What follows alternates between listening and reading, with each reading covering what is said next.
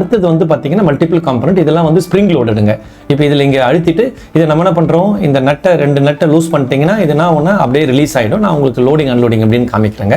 இது அப்படியே ரிலீஸ் ஆகி இது வந்து 180 டிகிரிக்கு நீங்கள் திருப்பி வைக்கணும். அப்போ திருப்பி என்ன பண்ணணும், அந்த இடத்துல இடறக்கான்னு தெரியல மிஷினில். அதே மாதிரி இது தூக்குறப்ப என்ன ஆகுனா மேலே எங்கன்னா இடிக்குதா, டூலில் இடிக்குதா, அதெல்லாம் பார்க்கணும். அதனால் நீங்கள் என்ன பண்ணணும்னா ஃபஸ்ட்டு ஸ்டெப் வந்து இதை ஸ்டாப்பர் மாதிரி இந்த இடத்துல. இப்போ இங்கே பாருங்கள், இதுக்கு மேலே போகாது. நான் அடுத்த வீடியோவில் உங்களுக்கு காமிக்கிறேங்க.